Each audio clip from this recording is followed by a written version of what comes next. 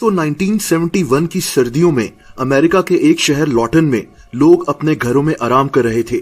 शाम हो रही थी और हल्का हल्का अंधेरा हो रहा था। इसी शहर में एक आदमी अपनी खिड़की के साथ बैठा हुआ था। इसके घर के सामने एक खूबसूरत सा तालाब बना हुआ था। अचानक इस आदमी की नजर एक इंतहाई अजीब क्रिएचर पर पड़ी। ये किसी जानवर की तरह दिखने वाली कोई चीज थी। ये चीज पता नहीं कैसे अचानक से तालाब के साथ नमूदार हो गई और यहीं से पानी पीने लगी।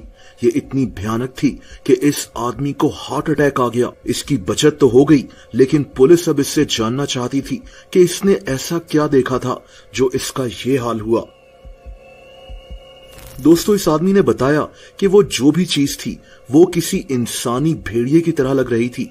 इसका कद बहुत लंबा था और इसका जिस्म बालों से भरा हुआ था।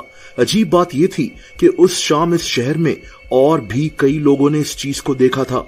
इन लोगों में 15 फौजी भी शामिल थे जिनको ये चीज भागती हुई नजर आई थी। पुलिस की समझ में नहीं आ रहा था कि इस मामले को इन्वेस्टिगेट कैसे किया जाए।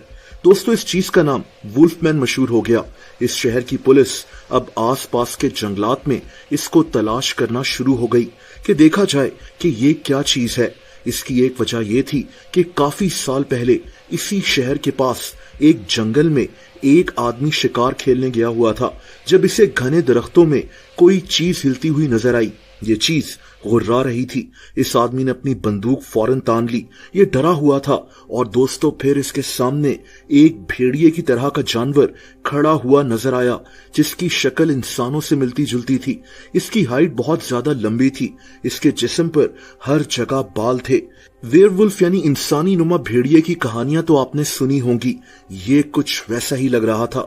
ये आदमी वहां से घबराकर भाग गया था, लेकिन ये किस्सा इस शहर में काफी मशहूर हो गया। उस वक्त इस क्रिएचर को इस शहर में डॉगमैन कहकर बुलाया जाता था। लोगों को इस जंगल में ऐसे हिरन मिलते थे जो दरमियान से कटे हुए होते थे, यानी ये हिरन आधे होते थे। कि इस जानवर में इतनी ज्यादा ताकत होती है कि एक हिरन को दरमियान से एक ही वार में काट दे।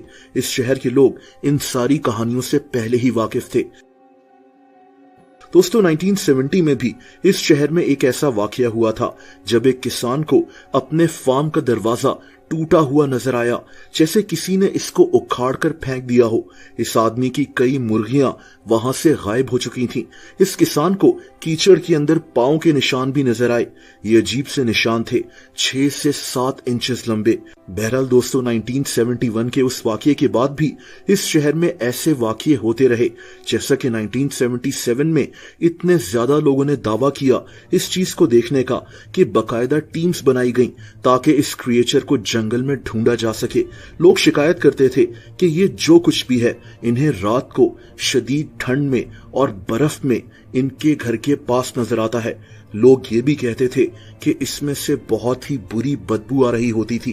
दोस्तों, ये भी कहा जाता है कि इस चीज के बालों के सैंपल्स भी लिए गए थे जो पुलिस को गिरे हुए मिले थे। इन हेयर सैंपल्स को टेस्ट किया गया तो पता ही नहीं चल सका कि ये किस तरह के जानवर की हैं।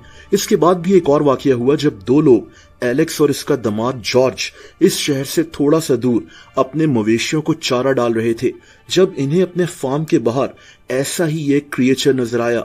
इसका साइज बहुत बड़ा था।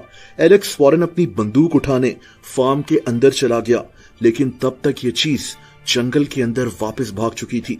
दोस्तों, जिन लोगों ने इस चीज को देखा था वो कहते थे कि इस चीज को इंसानों से डर नहीं लगता था। अगर कोई इसके सामने बंदूक भी तान ले तो भी ये चीज उसको घूरती रहती थी। अब ये क्रिएचर था क्या, ये तो लोग नहीं जानते, लेकिन आहिस्ता आहिस्ता इस पुरस्कार क्रिएचर की कहानियां खत्म होती गईं। लेकिन इस शहर के लोग आज भी ये कहानियां नहीं भूले।